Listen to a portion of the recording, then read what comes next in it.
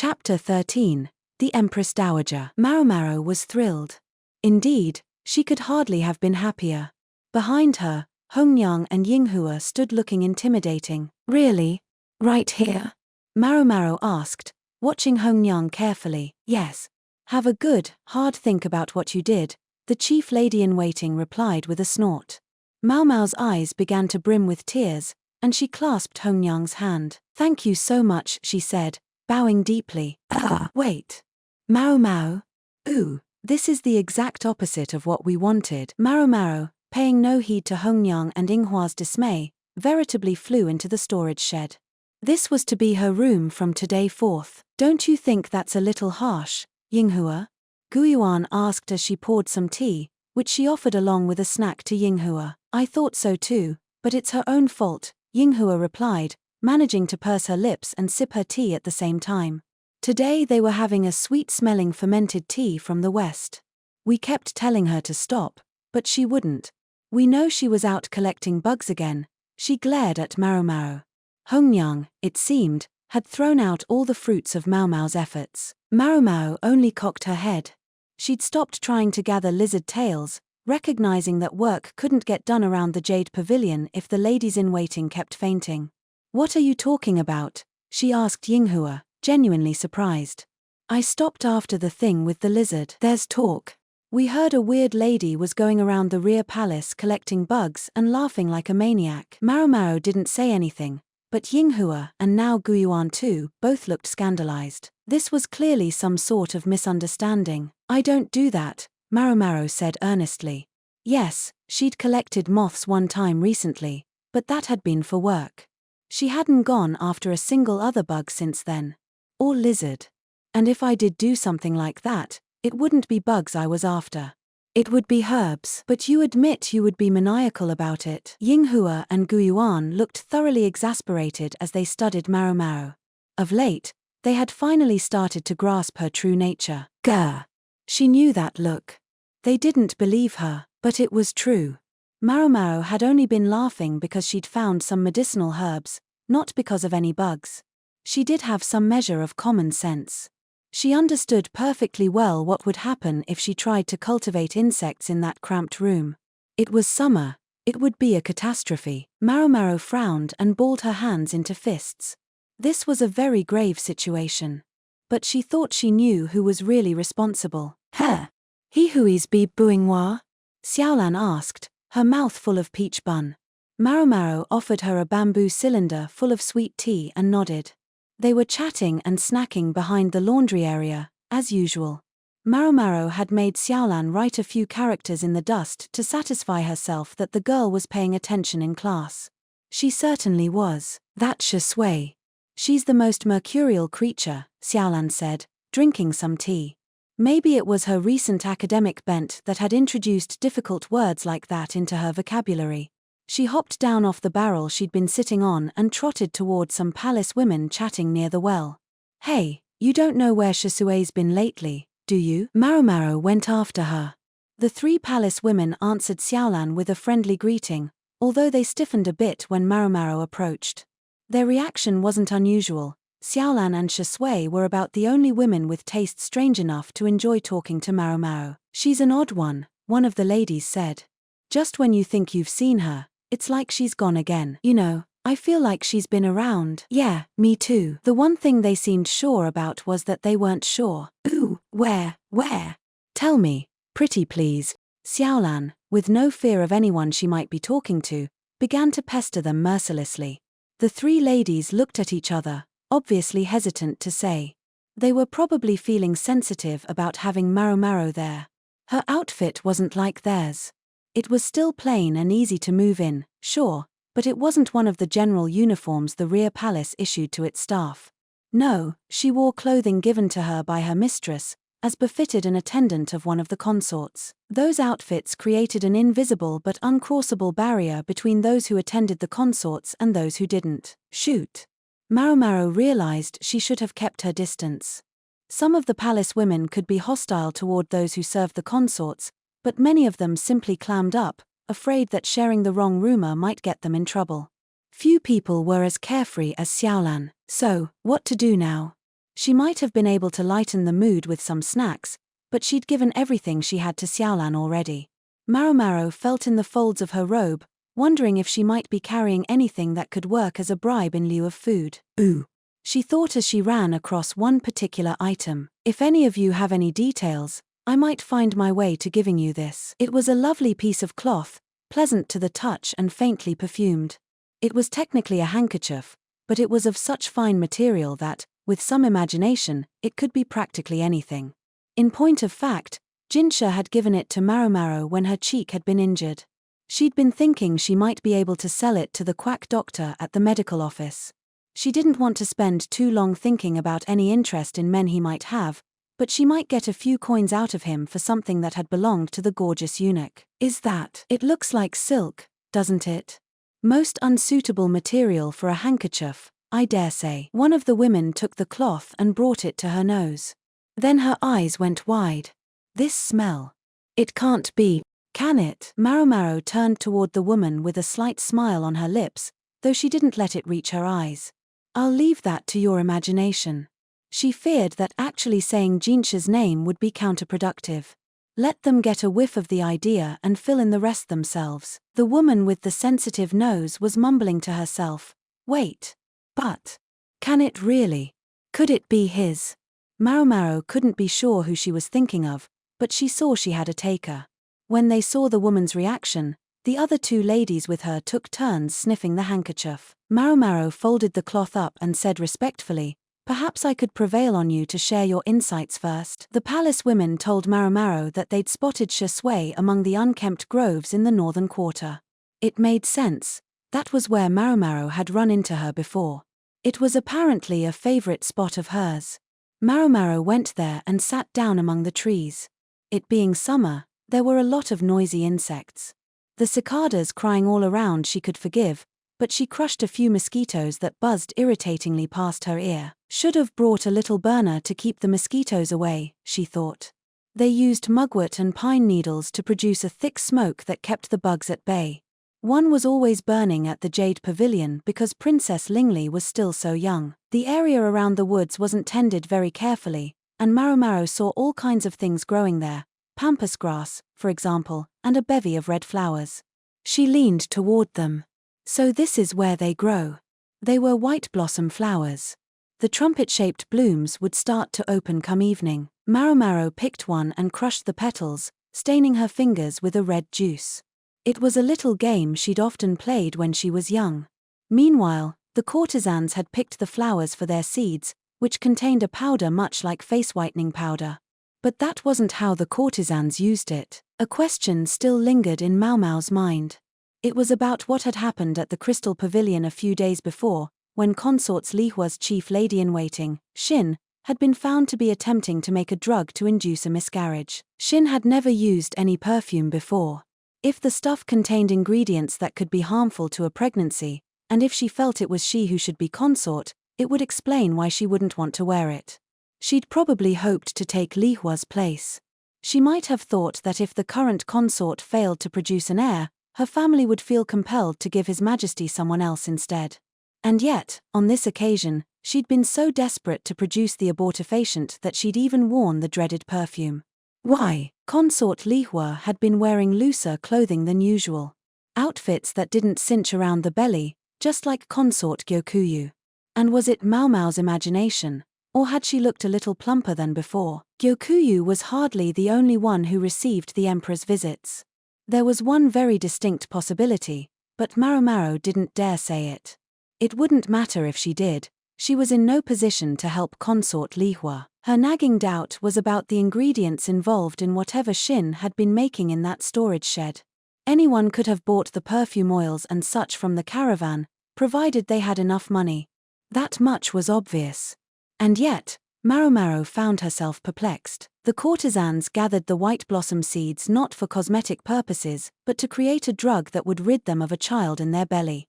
It would be boiled with other ingredients, including lantern plant, tree peony, balsam, flowering peony, and quicksilver to achieve the desired effect. Quicksilver, or mercury, aside, these plants were all things that could be had in the rear palace, But Shin's brew hadn't included any of them, even though it seemed like the easiest and cheapest way.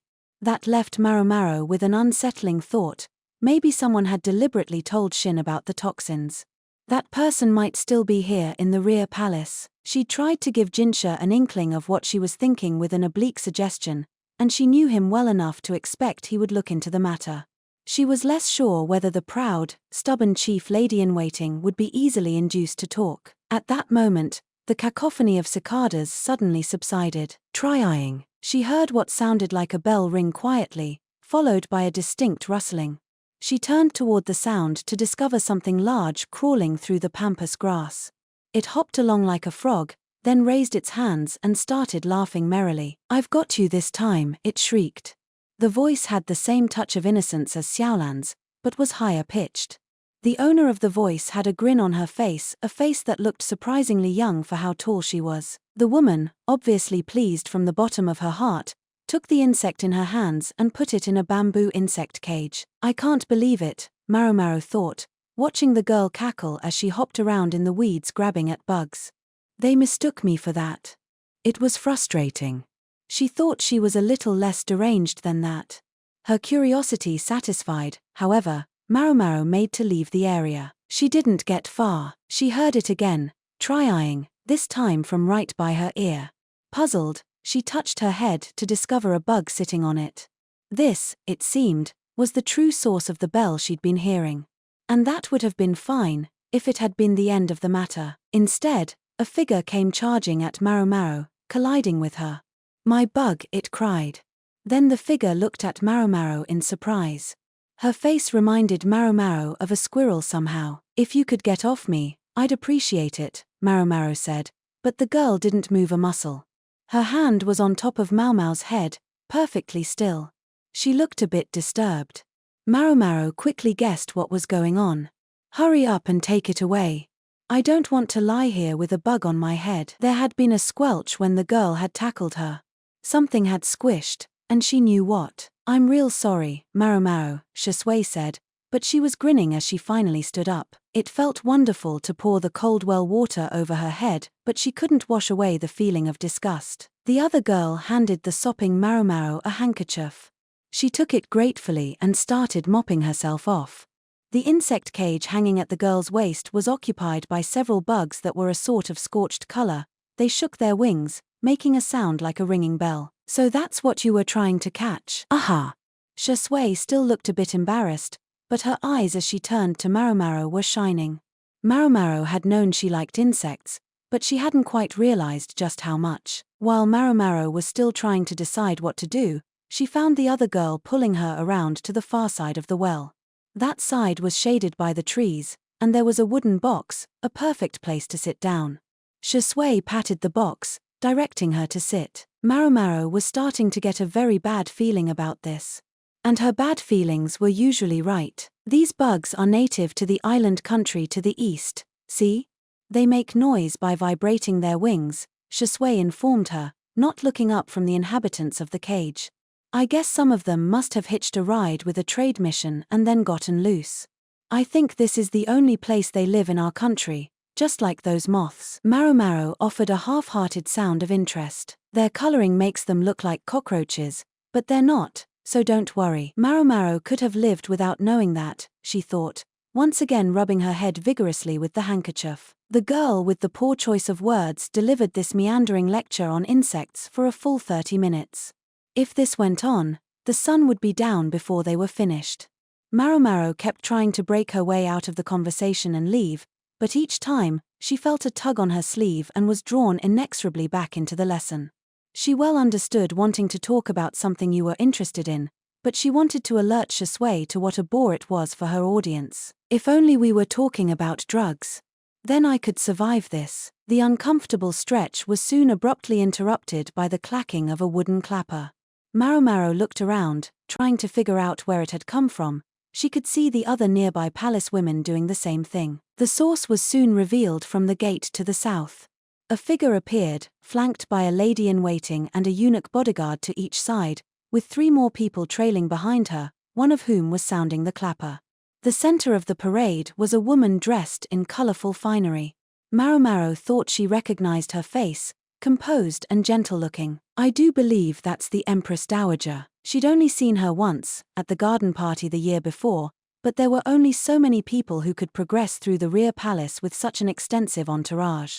Comparing the person in front of her to that hazy memory, she concluded it had to be the Empress Dowager.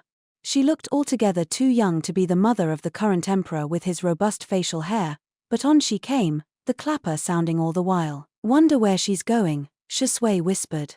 She was crouched in the shadows of a building. Why are you hiding? Maomao asked. Well, aren't you? Shisui had her there.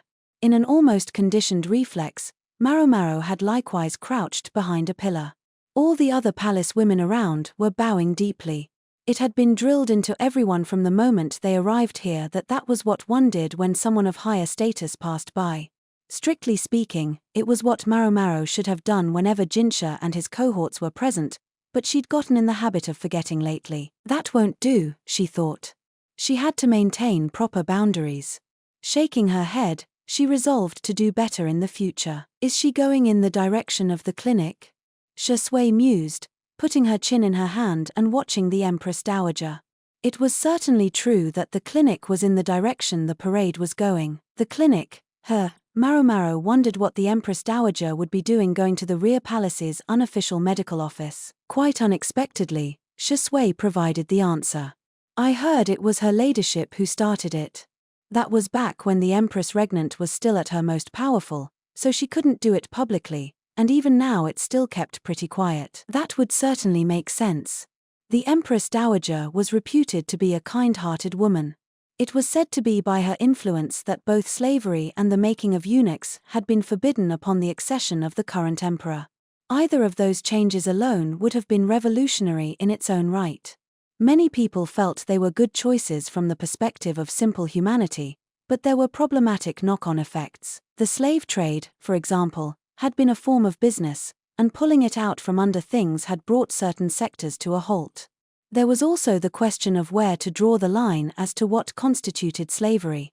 When people were herded and sold like animals, that was clear enough, but what about those who effectively made themselves collateral on a debt? Technically, they had entered into something like an employment contract, but this could also be considered slavery. Bring that into the equation, and even the courtesans, at the moment, perfectly legal, could conceivably be considered slaves. Maomao remembered seeing the old madam discussing the possibility, pale-faced. In short, although outwardly there was no more slavery in the land, everyone was aware that in many ways the practice had simply changed its name and adapted to the new social standards. Maomao had no interest in finer details than that and didn't know anything about them. I think I'd better be getting back, Shisui said, grabbing her insect cage and standing up. Better watch out, Maomao. You'll get in trouble if you slack off here too long. Yeah, I guess. She wondered if the Empress Dowager's walk in the direction of the clinic had something to do with the recent events at the Crystal Pavilion. If her ladyship was getting involved, there might soon be another revolution, this time in medical treatment at the rear palace. Maomao wished she could be a fly on that wall, but she was scared of what would happen if she was found eavesdropping, and anyway, Shisui was right, Maomao would really hear it from Hougong if she was too late getting back. She crossed her arms in thought. It seemed like the other ladies-in-waiting had been doing nothing but getting upset with her recently. I suppose I better get back, she said, and reluctantly headed for the Jade Pavilion. When Maomao returned she was, quite unusually, made to do some actual cleaning. She was told to dust the windowsills with more than the usual attention to detail, and her work only passed muster on the third try. That's 2 failures.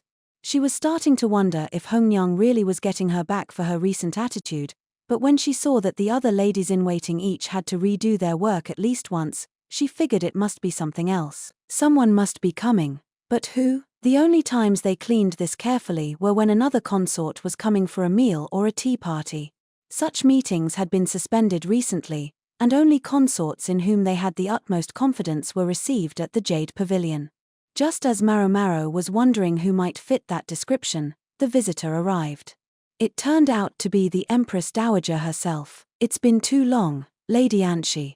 Consort Gyokuyu greeted her with a delicate smile and perfect posture. She was proving why she was the consort, With the exception of Hongyang, her ladies-in-waiting all but wilted in her ladyship's presence. The Empress Dowager's gaze fell to Gyokuyu's belly, but only for a second. Thus it was that Maomao learned her ladyship's name, Anshi, but she knew it was a name she would almost certainly never speak. So that's what's going on, Maomao thought. As what amounted to Gyokuyu's mother-in-law, the Empress Dowager shared an implicit understanding with her. The fact that the deeply, and rightly, suspicious Gyokuyu would not only receive the Empress Dowager, but make her privy to the fact of her pregnancy, spoke to how deeply she trusted her. Or perhaps she was obliged to alert her ladyship. If one took the rumors about the Empress Dowager at face value, it seemed likely to be the former, but Maomao had no way of being sure. As far as it went, she looked very good-tempered. Princess Lingli at first ignored her grandmother, but soon grew accustomed to the gentle Empress Dowager. Maomao tasted the food for poison, but, before she could leave, the Empress Dowager said, "You, dear, you're the attendant Jinshi sent, aren't you? How does she know that?" Maomao wondered. And why was she condescending to speak to a mere food taster? Maomao wanted to ask but knew it might be rude, so she only said, "That's correct," and bowed. "Suiren told me. She said she'd finally found a girl worth the effort, but that she was going back to the rear palace." Suiren was Jinshi's personal lady-in-waiting, a woman just entering old age. She'd never seemed like the affable type, but apparently she was old friends with the Empress Dowager. "She was once my own lady-in-waiting, you know." That would explain it. It was common for the daughters of officials to serve as ladies-in-waiting or nursemaids. Then her ladyship glanced at Gyokuyu. The perceptive consort appeared to take her meaning immediately. "I'm so very sorry, Lady Anshi, but might you excuse me for a moment to put the princess down for her nap?" she said. Hongyang was holding Lingli, who looked tired from playing with her grandmother. She was largely weaned by now, but it would do well enough as an excuse for Gyokuyu to leave the room. Hongyang went with her mistress, so it was that Maomao found herself in a room with the Empress Dowager. "She does know how to take a hint, doesn't she?" her ladyship said, sounding a touch amused. At that moment, she seemed less like Gyokuyu's mother-in-law and more like her slightly older friend. Maomao wasn't sure what she was supposed to be doing, so she stood politely and watched the Empress Dowager for any clues. Her ladyship noticed and gestured to Maomao to sit in a chair. "It seems you've helped resolve a great many problems for us," she said. She clasped a glass full of ice to cool her palms. The ice was a gift she'd brought. Consort Gyokuyu couldn't let her body get too cold, but she could put the ice in her mouth and enjoy it while it melted. The princess, meanwhile, had been devouring treats made of shaved ice with fruit juice on top. Maomao replied, "I've only offered what knowledge I have that happened to fit the situation." Maomao wasn't spectacularly imaginative. It just so happened that the truth sometimes lurked among the things she knew, which were little more than a window into what her father had taught her. If they were to ask him directly, she believed he would have solved their problems in half the time it took her. It would have been easy to take Maomao's words as contrary, and indeed the lady-in-waiting standing beside the Empress Dowager, a woman of something past 40 who exuded experience, was frowning. It was only the three of them here in this room. Possible misunderstanding or no, however, Maomao wouldn't be comfortable unless she prefaced the discussion with that disclaimer. She had no interest in overselling her own abilities, and she wanted the other woman to be clear about that. Some might say she was selling herself short, but this was one of Maomao's tenets, and she would live by it. "That's enough for my purposes," the Empress Dowager said. Her eyes went briefly to the ground, and it seemed to Maomao she couldn't be sure that the kindness in them was replaced for an instant by something dull and vacant. "Whatever you're able to do will be enough, but I want you to investigate something." The lady-in-waiting was watching the Empress Dowager, who slowly shook her head as she looked at Maomao. "Do you suppose I've been cursed by the former emperor?" It was quite a question for the Empress Dowager to ask. Quite a question indeed.